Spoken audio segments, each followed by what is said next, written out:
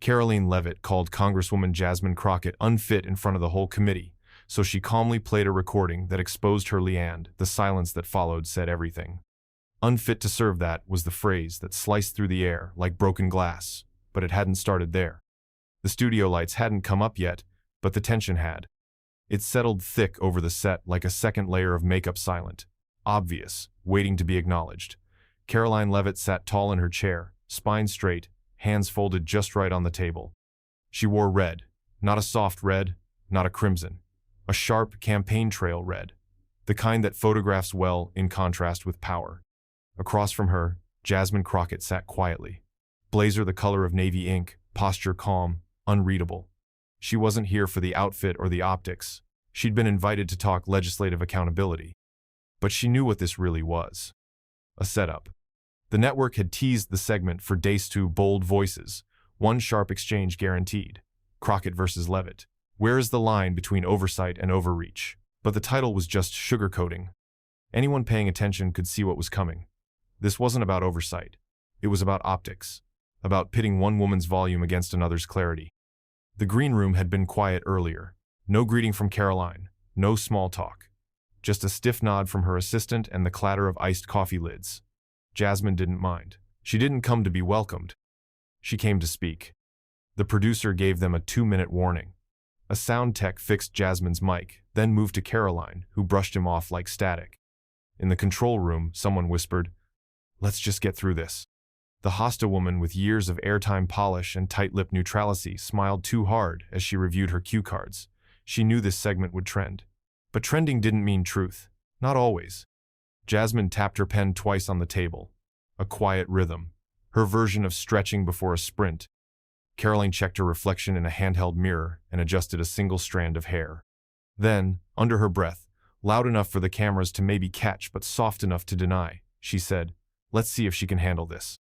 Jasmine didn't look up, didn't blink, didn't flinch. The studio lights went hot. The camera light turned red. They were live. And Jasmine already knew some people came here to perform. She came here to prepare. The segment was 2 minutes in when Karoline struck. She didn't raise her voice. That would have been too easy, too obvious. Instead, she leaned back, crossed her arms, and waited for Jasmine to finish answering the host's question about funding transparency. Then, with a smile made of glass, she tilted her head and said, "You don't actually believe that's a real solution, do you?" The host blinked. The audience tensed. Jasmine didn't move. Karoline didn't wait for an answer. She leaned forward, elbows on the table, voice sugar-coated with condescension. "Because if that's the best you've got, Congresswoman, I'm not sure what exactly you're bringing to Washington. Besides, sound bites." A few audience members gasped. Someone coughed. The host's mouth opened, then closed. Karoline smiled wider. She had rehearsed this. Probably in the mirror. Probably with a team. Jasmine blinked once. Slowly. "Would you like me to respond now?" she asked. "Or would you prefer to finish reading the lines your comms team gave you?" Karoline's smile faltered but just slightly. "I just think the American people deserve lawmakers who are qualified. Focused. Fit for federal office," Karoline said, drawing out the last words like she was daring Jasmine to react. There it was. The word. Unfit. A sharp, loaded term wrapped in fake concern. Not shouted. Delivered softly, strategically, like a scalpel instead of a hammer. The panel went still. Even the control room stopped breathing. The host jumped in. "Let's try to keep this about policy." But she was already late. The damage was done. Jasmine looked at Karoline for a long second. Not like she'd been insulted. Like she was measuring something, weighing whether this moment was worth her energy. Then she spoke. "I've been called worse by better," she said evenly. "But if we're questioning qualifications now, I hope you're ready to apply that standard to everyone, including yourself." Karoline opened her mouth, but Jasmine continued, voice low, steady, unimpressed. "Because I brought facts, you brought flair. And if your plan is to insult your way through this segment, I suggest you pace yourself. It's a long hour." The host tried to pivot new question, new topic, but the room hadn't reset. The word unfit still hovered like smoke. But it wasn't clinging to Jasmine. It was starting to circle back toward the person who'd lit the match. Jasmine didn't answer right away. Not because she didn't have one, but because some moments deserve silence first. She leaned back slightly in her chair. The kind of small motion most people miss, but one the camera caught. Her fingers laced together, elbows resting lightly on the table. No urgency, no twitch, no flash of offense. "Are you finished?" she asked. Calm. Level. Not rhetorical. Karoline didn't answer. Not right away. She blinked. Twice. Then gave a quick smile. Tight. Defensive. The studio held its breath. Not because of what had just been said, but because of what hadn't. Jasmine hadn't raised her voice, hadn't rebutted, hadn't even blinked at the insult. She let it hang. Unclaimed. And suddenly the word Karoline had used UNFIT felt less like an attack and more like a projection. The host cleared her throat, trying to nudge the conversation forward. "Let's keep this focused on legislative performance." Jasmine turned to her. "Happy to." Then to Karoline. "You've had your say. I'll take my turn when it matters." Karoline exhaled a sharp breath through her nose. "Oh, come on. If you're going to accuse me of something, just say it." "I haven't accused you of anything," Jasmine replied, voice steady. "I've just been listening." That word listening landed like a contradiction. Karoline had spoken almost the entire segment. Loud, fast, clipped with smug confidence. Jasmine had barely said a paragraph, but somehow it already felt like she was winning something Karoline didn't understand. The host offered the next question, something about ethics legislation and bipartisan bottlenecks. Karoline jumped in quickly, trying to regain tempo. But the tone had shifted. The audience felt it. The camera knew it. And Jasmine stayed still, not passive. Present. It was the kind of stillness you don't perform. The kind you earn. The kind that makes people lean in without knowing why. She knew Karoline had come here to bait her. She also knew what was in her bag. Not a rebuttal, a revelation, but not yet. Stillness is only powerful when it's timed right. And Jasmine was watching the clock. The segment trudged forward, but the rhythm was off. Karoline kept talking buzzwords, pivot lines, poll-tested sound bites, but something in her delivery had gone slack. The edge was gone. The certainty, too. She answered questions with practiced ease, but every now and then, she glanced at Jasmine. Not out of curiosity. Out of caution. Jasmine hadn't said much since asking if Karoline was finished. She hadn't needed to.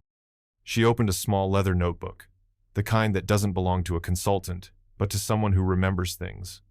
Important things. She began writing. Slowly. Carefully. The host tried to redirect the segment. "Let's focus now on specific legislative proposals that have bipartisan traction in the House." Karoline jumped on it. "Absolutely. I think what the American people want is results, not reactions. They're tired of theatrics. They're tired of grandstanding. That's why my record stands on its own." Jasmine kept writing. Not frantically, not for the cameras. The host glanced over. Noticed the notebook. Then noticed the calm. It wasn't disinterest. It was precision. And it was unsettling. Karoline pushed forward, naming bill numbers, committee meetings, talking about oversight like she'd invented the concept. She smiled. She gestured. She quoted headlines. But Jasmine never looked up. Not until Karoline paused for approval. And the room offered none. In the control booth, one of the techs leaned forward. "She's waiting," he said to no one in particular. "For what?" another asked. "For the moment." Jasmine closed the notebook, slipped her pen back into her blazer, and looked up, directly at Karoline, then at the host. "I'd like to answer now," she said. The host nodded, startled by her own relief. "Of course. Go ahead." Jasmine reached down beside her chair, lifted her bag, and unzipped it. Not fast. Not slow. Just sure. She pulled out something small, flat, sealed. Karoline's jaw tensed. Not visibly, but enough. Jasmine placed the envelope on the table. Didn't speak yet. Didn't touch it again. Just let it sit there. Like a countdown. Like the start of something that had already happened. And no one, not Karoline, not the host, not the audience, was breathing the same way anymore. Jasmine didn't rush. She never did. She looked at the envelope, then at Karoline, then at the host. No flinch, no warning. "If you're going to question my fitness," she said, voice low, deliberate, "then let's talk about yours." The room tightened instantly. No gasp this time, just a shift like the oxygen level changed. Karoline raised her chin. "Excuse me?" Not shocked, just defensive. The kind of tone people use when they know what's coming and still hope it won't arrive. Jasmine didn't repeat herself. She didn't raise her voice. She didn't embellish. Because she wasn't speaking for the moment, she was speaking through it. The host leaned forward, her voice trying to steady the air. Congresswoman Crockett, are you saying there's evidence? I'm saying I'm tired of selective memory. Jasmine turned fully toward Karoline now. You've called me unfit, emotional, out of my depth on this stage and behind others. That's fine. But if we're evaluating qualifications, let's be thorough. Karoline scoffed, rolled her eyes, but not fully. She was trying to stay camera-aware. I've never said anything in bad faith, she muttered. You just hope people don't check, Jasmine replied calmly. Then she reached for her bag. A soft, black leather tote that had been sitting beside her chair the entire time. She didn't fumble, didn't stall. She unzipped it with one hand and slid her notebook to the side. The audience was silent. No coughs, no chairs creaking. Even Twitter had slowed waiting for whatever this was. Karoline stared, one eyebrow raised, feigned confusion flickering behind a fragile smirk. You've got props now? Jasmine didn't look at her. She pulled out a slim, black envelope. Matte. Minimal. Marked only with a small white label on the back. Confidential. March 17 call. Karoline blinked once. Then again. The host swallowed, tried to reassert control. Congresswoman, can you explain what that is before we… Jasmine placed the envelope gently on the center of the table. Her fingers didn't linger. Then she looked up and said, with the kind of calm that always means something's about to shift, you wanted the full conversation, right? This will explain everything. The envelope sat between them like a live wire. Untouched, quiet, dangerous. The host looked at it, then at Jasmine. Congresswoman, what exactly is? A transcript, Jasmine said. Her voice was clean, almost casual. Of a private strategy call. Karoline's head turned slowly. She stared at the envelope like it had grown teeth. That's not real, she said. Whatever you think that is, it's not what you're saying. Jasmine raised a brow. I haven't said anything yet. Karoline's smile snapped into place like armor. Well, it's a political stunt. And if we're just waving around rumors now, I can. This isn't a rumor. Jasmine looked directly at the host. I've verified it. The audio was sent to my office anonymously, but I cross-referenced it with public calendar records and confirmed at least 3 names present on the call, including Karoline. The host hesitated, glancing toward the control booth. Someone there nodded. An earpiece buzzed. Do you have the actual recording? Jasmine nodded. I do. The host turned toward a producer off camera. Can we cue it? Karoline stood up slightly in her chair. You're going to air this? Without any? Sit down, Jasmine said softly. Not as a command. As a reminder, Karoline didn't move. The host held up a hand. Let's hear it first. Jasmine reached into her tote again. This time, she pulled out a USB drive. Silver, small, marked with the same date, March 17. She handed it across the table. This is the full file. I haven't edited anything. Karoline laughed, but it cracked halfway through. This is what we're doing now? Ambush theater? No, Jasmine said. This is accountability. The producer took the drive, inserted it into the laptop behind the host. The studio lights seemed dimmer now. The audience leaned forward. Jasmine folded her hands again. She didn't look at Karoline. She didn't look at the camera. She just waited. Because once the file played, she wouldn't need to say another word. The truth was about to speak for itself. Jasmine's voice didn't rise. It didn't need to. Play the file titled Strategy Call, March 17th, she said. Her tone was even, final. The host hesitated, eyes darting to her producer, then to Karoline, then back to Jasmine. For a moment, it felt like maybe the segment would fold in on itself. Maybe they'd cut to commercial. Maybe the network would pull the plug. But in the control room, the decision was already made. They were in it now. Cue it up, the host said quietly. A tech took the USB and loaded it onto the control laptop. No dramatic music, no split-screen countdown. Just a pause. And then a blinking play icon. Karoline sat rigid, one leg crossed tight over the other, hands clenched in her lap. She was trying to smile, trying to shrug. It's probably some AI fake, she muttered. People do wild stuff with tech now. But her voice cracked slightly on, probably. And Jasmine noticed. The host turned to the camera. For transparency, what we're about to play has not been altered by this network. The recording was submitted by Congresswoman Crockett and has been reviewed for legal clearance. Karoline opened her mouth, then closed it, then leaned back. A long, slow exhale. The host nodded once. Roll it. The studio went dark around the edges. The sound kicked in, tinny at first, recorded through a phone, maybe, but clear enough. A man's voice. Okay, before we wrap, let's talk tone going into Q2. Another voice, female. Absolutely. We want to keep leaning into contrast. Optics over argument. Voters remember feelings, not facts. Then, unmistakably, Karoline. Clear, confident, smug. You get someone like Crockett on stage? Perfect. She's a visual asset. Loud, reactive, always on edge. Great for showing contrast with more stable voices. Just push her hard enough and she'll break on camera. The host blinked. Karoline's mouth dropped slightly. The audience didn't move. The voice continued. Still Karoline. It's not even personal. Some of these folks are useful optics. That's the game.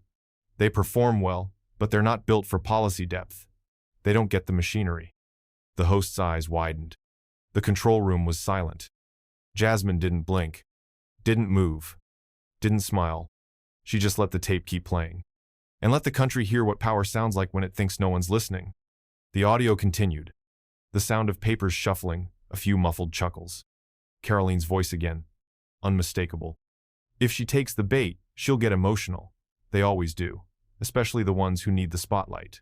Let her feel like she's in control. Then pivot. Call her unfocused, irrational, whatever works in the moment. Jasmine didn't flinch. She'd already heard this. Memorized it, even. But this was the first time anyone else had. The host's hand was frozen near her mouth, like she'd forgotten what to do with it. One of the producers off-camera mouthed, "Jesus." Karoline turned, looked straight into the camera, then away. Her face flushed, not with embarrassment. With exposure. Back on the audio, another staffer laughed, then said, "You're savage, Karoline." She responded without pause.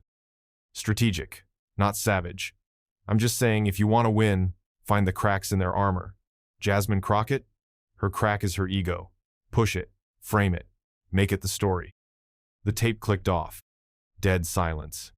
Not a single word from the host. The audience didn't move. Even the studio lights seemed dimmer now. Karoline finally spoke. That clip was taken out of context. Her voice was brittle. Too fast. Too defensive. "You don't know the full?" Jasmine turned to her. Her first real movement since the tape began. "No," she said quietly. "We just heard it." The host tried to recover. "Congresswoman Crockett, would you like to respond to?" Jasmine shook her head. "There's no need." And that was it. Not a speech, not a monologue. Just silence. A kind of sharp, righteous quiet that filled the room more fully than any shout could. The kind that comes after something undeniable. The kind that leaves people staring, not speaking. Karoline tried to speak again, tried to pivot, to spin, but it didn't land. Because the story wasn't hers anymore. It belonged to the voice she thought would never be heard. And the woman who let the truth speak louder than anything else in the room. Karoline moved fast, too fast. The recording had barely reached the 30-second mark when her voice pierced through the studio. "This is manipulated. This is a setup." Her words tangled, her posture cracked. It wasn't rehearsed. Not anymore. The host lifted a hand without looking at her. Firm, final. "Let's finish it." Karoline turned to her, incredulous. "You're going to let this play?" But the host didn't respond. The decision had already left her hands. The tape continued, unmoved by the panic in the room. Karoline's voice again, this time clearer, less filtered by the earlier laughter. "If we keep them on edge, we stay in control. Just let them talk long enough and the sound bites create themselves. It's emotional labor, not legislative power." Another voice laughed. Then Karoline again, a little louder, a little looser. "You know what I've learned? Some voters like their politicians angry and brown. It feels authentic, like a protest you can vote for. It doesn't last, but it works short term." The studio imploded. Not with sound, with stillness. Karoline looked like someone falling through ice where it was cracking, trying to speak before she sank. "That's not what I meant was."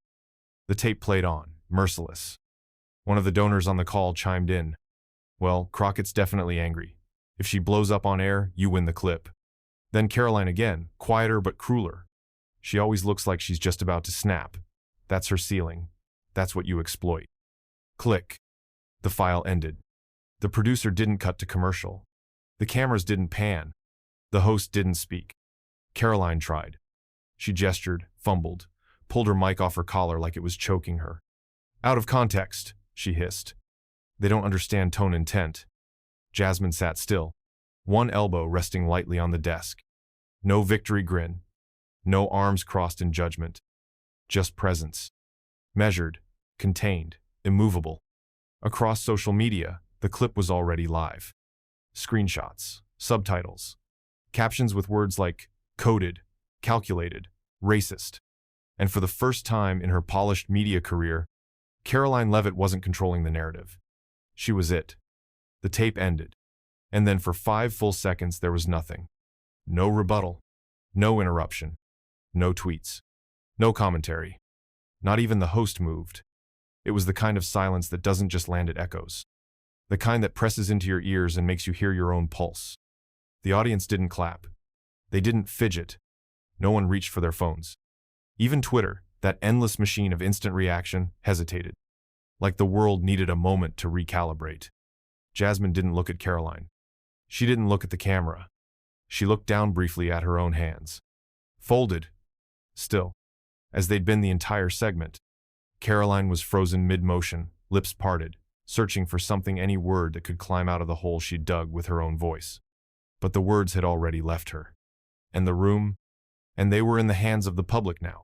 The host sat back slowly in her chair, eyes scanning the panel like she was trying to read a room that no longer made sense. Finally, quietly, she said, "We'll take a break." The words barely landed before the screen cut to black. But behind the scenes, the studio stayed silent. No whispers. No rustling of papers. No one moved to unclip their mic. It was the kind of silence that wasn't empty, it was full. Full of consequence. Full of questions. Full of everything Karoline thought she could say in private and never be held accountable for. And Jasmine, she hadn't said a single word since the tape stopped. She didn't need to. The silence was saying it for her. It didn't take long. Karoline's team moved fast. By the time the panel came back from commercial, her phone was already buzzing with drafted statements.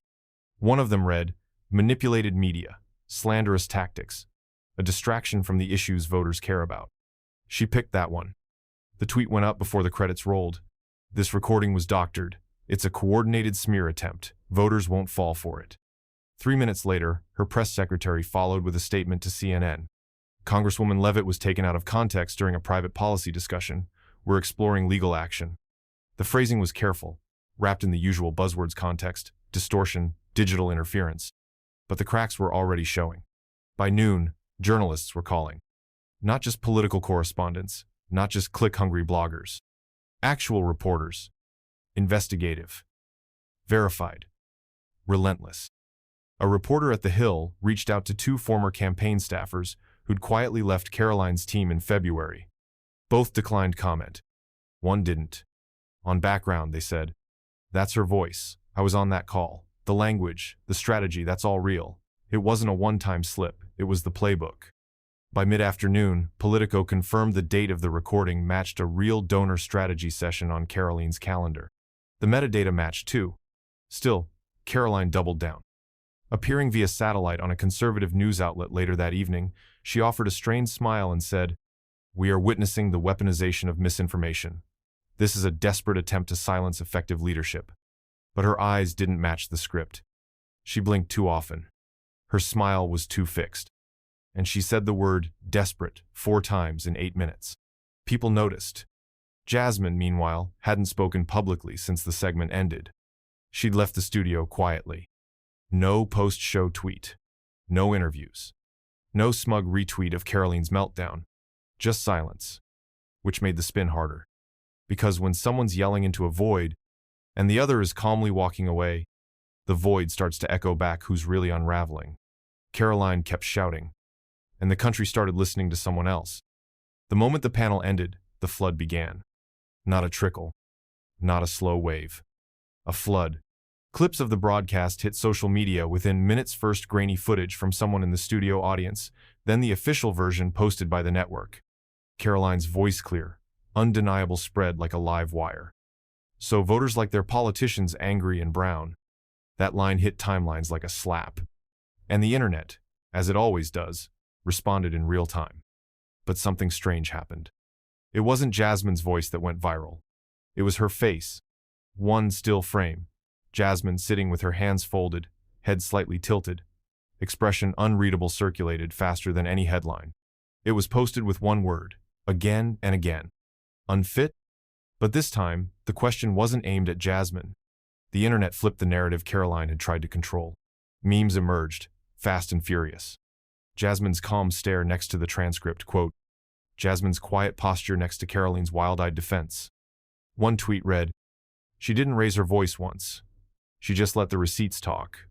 300, 0 likes in 4 hours. A TikTok remix dropped by sunset. The audio of Karoline's strategy call layered under footage of Jasmine sitting still, blinking once, looking unbothered. Another post, unfit? No, just unmoved. Jasmine's silence was now louder than Karoline's spin.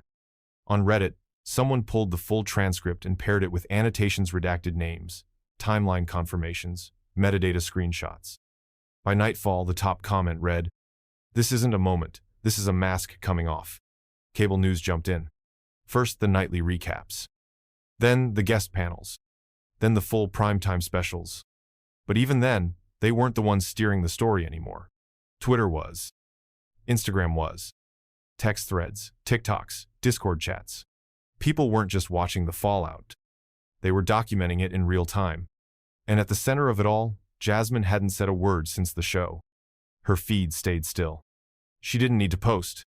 Because when the flood came, it wasn't commentary people were sharing. It was the contrast. One woman spinning, the other sitting still. And a single word now turned on its head. Unfit. The clip should have been enough. The audio, the still frame, the silence that swallowed a broadcast whole. But then the emails leaked. And silence turned into something louder. Proof. A journalist at The Guardian, someone who'd been chasing whispers since the March 17th call was first mentioned, finally got the break. A cache of internal emails spanning nearly 3 months from Karoline's media team. Verified headers. Unmistakable domains. Forwarded by a source whose only comment was, they thought this was strategy, I knew it was something else. The emails weren't just unflattering. They were brutal, blunt, uncoded. Subject lines like, debate angle, push Crockett, equal viral clip. Use tone trap, tack to clip it later. Emotional, useful. One thread included a breakdown of target traits, describing how to provoke what they called meltdown optics. There it was, in black and white. Emotional women of color are ideal foils. Their response makes them look irrational. Our response makes us look composed. Clip the contrast. Another staffer joked, it's the easiest win. Push, pause, viral. Watch the comments, call them angry. Even conservative outlets couldn't pretend this was fake. The language was too specific. The timestamps matched donor briefings and live appearances. And the tones mug, calculated, shameless, cut deeper than the recording ever did. By noon, Politico had posted a follow-up. Leavitt team's racialized strategy, confirmed by leaked emails. By 3, a former comms assistant went on record. It wasn't just about Jasmine, it was about anyone who looked like her, who sounded like her. This was never about policy, it was performance sabotage. Karoline's team tried again. Claimed the emails were cherry-picked. Said a few junior staffers had strayed off message. But the bylines were clear. Directors, advisors. Her chief strategist had replied with a thumbs-up emoji on the very thread that read, make her look unstable, that's how you win the middle. There was no more spin to hide behind. This wasn't politics. This was a blueprint for silencing. And Jasmine Crockett hadn't exposed it with rage. She'd done it with restraint. Now the paper trail was catching fire, and Karoline was standing in the middle of it holding a lighter. Back in Dallas, it didn't take long. The moment the emails hit the news, the community moved. Not with outrage. With purpose. With clarity. A coalition of local pastors released a joint statement. When our leaders are attacked for showing strength with dignity, it's our duty to stand with them. Church marquees changed overnight. Messages once reserved for Sunday services now read, "We see you, Rep. Crockett. Stay unshaken." At Southview High, a teacher paused her civics class to play the original broadcast. She didn't ask for discussion. She just let the silence play. Then one student said, "That's what my mom looks like at work when they talk down to her." In Oak Cliff, a PTA meeting turned into an impromptu rally. Homemade signs, fold-out tables, one read. Emotional? No. Strategic. Meanwhile, Karoline's support was buckling in silence. A major donor in Michiganthe, one who had hosted her at a fundraiser just 2 weeks earlier, pulled his funding. Quietly, discreetly. No press release. Just a one-sentence email. "We're pausing future contributions until further clarity is provided." Clarity had already arrived.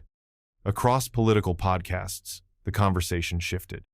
Not just about Karoline's missteps, but about Jasmine's precision. "She didn't retaliate," one host said. "She revealed." One parent at a community center in Garland put it plainly. "She could have screamed. She didn't. She showed them who they were, without becoming what they expected." Instagram filled with reposts of Jasmine's image from the panelized, steady, jaw set. One post read, "This is how we protect each other."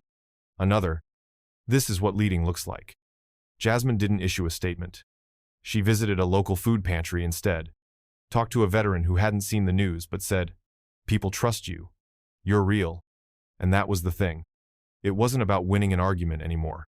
It was about how you carry yourself when someone tries to strip you down. And the community saw her, not just as a headline, but as a blueprint. It wasn't held on Capitol Hill. There were no flags, no dramatic backdrops, no podium cluttered with sponsor logos. Just a folding table. A church basement in Fort Worth. 2 mice working, 1 not. A row of folding chairs filled with local reporters, educators, and neighborhood organizers. Jasmine Crockett stepped up to the mic just after 9:00 am. No entourage. No flashy openers. She wore a navy dress, no jewelry but a watch. She looked like someone with somewhere else to be. The room stood, then sat, then went silent. Jasmine scanned the room once, exhaled quietly, and began. "I've seen the headlines, I've heard the commentary, and I appreciate every person who has spoken out, not for me, but for what that moment represented." She didn't pause for applause. There wasn't any.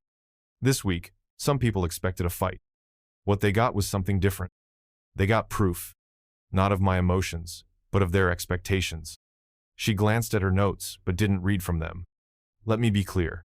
We are not here to perform pain. We are here to build power." The words hung in the air like a bell rung once, then left to echo. This isn't about a tape, or an email, or a single segment on national TV.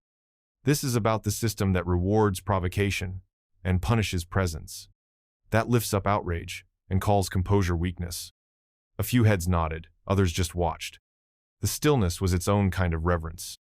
I said what I needed to say. Then I let the evidence speak. Now we move forward. Focused, unapologetic, and very, very clear. She stepped back from the mic. No smile. No grand exit. One reporter stood. "Congresswoman." She raised a hand, not dismissive. "Just done. No questions today," she said. "The answers are already out there." And with that, Jasmine Crockett turned and walked off the platform. Not rushed. Not rattled. Just moving toward what came next. Because this wasn't a victory lap. It was a line drawn in calm, permanent ink. Karoline Leavitt was supposed to appear on 2 shows the next morning. One in studio, one remote. Both canceled. The official reason? Scheduling conflicts. The real reason? Free fall. The audio had settled into the bloodstream of political media. The emails had confirmed it wasn't an accident. And now, her team was unraveling.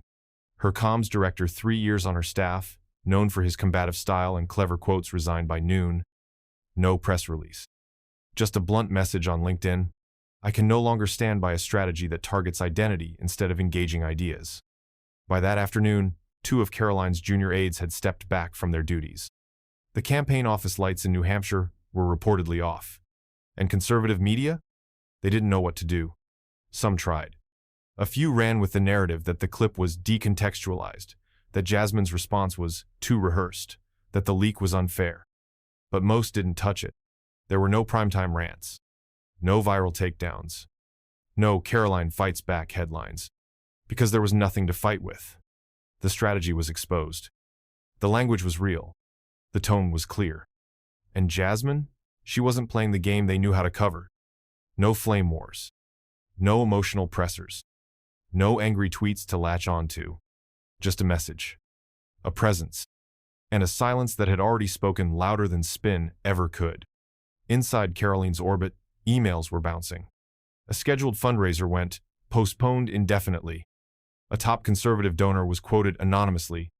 She was supposed to be the disciplined one. But discipline isn't just message control. It's character. And Karoline's mask had slipped too far to put back on. Meanwhile, Jasmine's team stayed quiet. No round of gloating. No media blitz.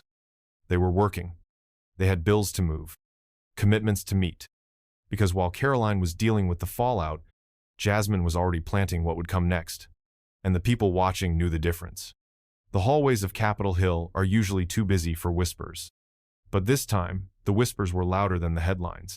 It started quietly. A text from one legislative aide to another. Did you see what Crockett pulled? Then a Slack message. Surgical, she didn't blink. By midday, it wasn't whispers anymore. It was coffee line conversations. Elevator glances. Office-to-office summaries that started with, "You didn't hear this from me, but..." And then they said it on record. A senior policy staffer in a moderate senator's office told The Hill, "Most of us didn't think she had that kind of precision, but it wasn't rage. It wasn't chaos. It was surgical." Another told Politico, "It was like she read the script before they wrote it, and she let them walk straight into it." What stunned The Hill wasn't that Jasmine had won the moment. It was how she'd done it. No leaks, no ranting.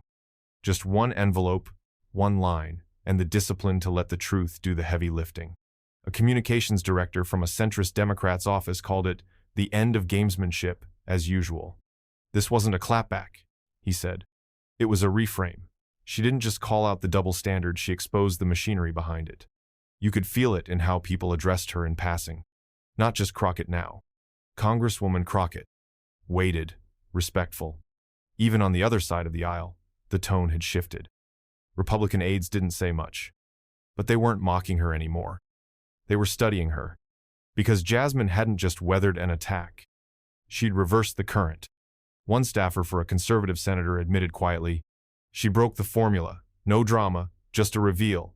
And now everyone's recalibrating." Karoline was still spiraling. Still trying to regain footing. Still waiting for the right spin to stick. But the game had changed. And Jasmine? She wasn't playing to win a moment. She was building momentum. And Capitol Hill, for once, was watching a woman move in silence and calling it strategy instead of weakness. The headlines hadn't even cooled when Jasmine got back to her office and opened the file. A bill she'd drafted quietly over the last years. Lowly, deliberately, tucked between committee hearings, district visits, and late-night phone calls with policy analysts. It had been shelved twice. Ignored once. Laughed off another. But now, it was moving. Officially reintroduced to the House floor, the Fair Housing Reinforcement Act had always been more than a talking point. It was numbers, budgets, case studies, corrections for outdated bureaucratic loopholes that left working families in limbo. The first time she introduced it, only a handful of colleagues even skimmed it. Now, they were asking for briefings. 3 swing state representatives stood Democrats. 1 independent publicly endorsed it within 24 hours. One of them, a purple district moderate who'd previously distanced himself from progressive messaging, released a statement. "Congresswoman Crockett's proposal isn't ideology. It's infrastructure. We need this." That word infrastructure meant something. It meant substance. It meant seriousness. This wasn't about personality anymore. It was about policy. And Jasmine wasn't just pitching a fix, she was pointing to the gaps others had chosen not to see. She visited a local housing office that afternoon in her district. Spoke to social workers who used words like broken and exhausted when talking about the system. One of them said, "We've been screaming into a void. It's the first time I've seen someone take our notes and do something with them. No camera crews. No sound bites. Just listening. And then, acting." The bill laid out funding redistribution, streamlined application processes, mandated follow-ups for families in transitional housing.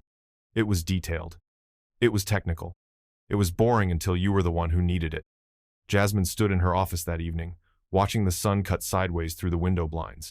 Her chief of staff walked in, holding a new poll. Support was climbing not just in her district, but nationwide. "I thought you might want to see this," he said.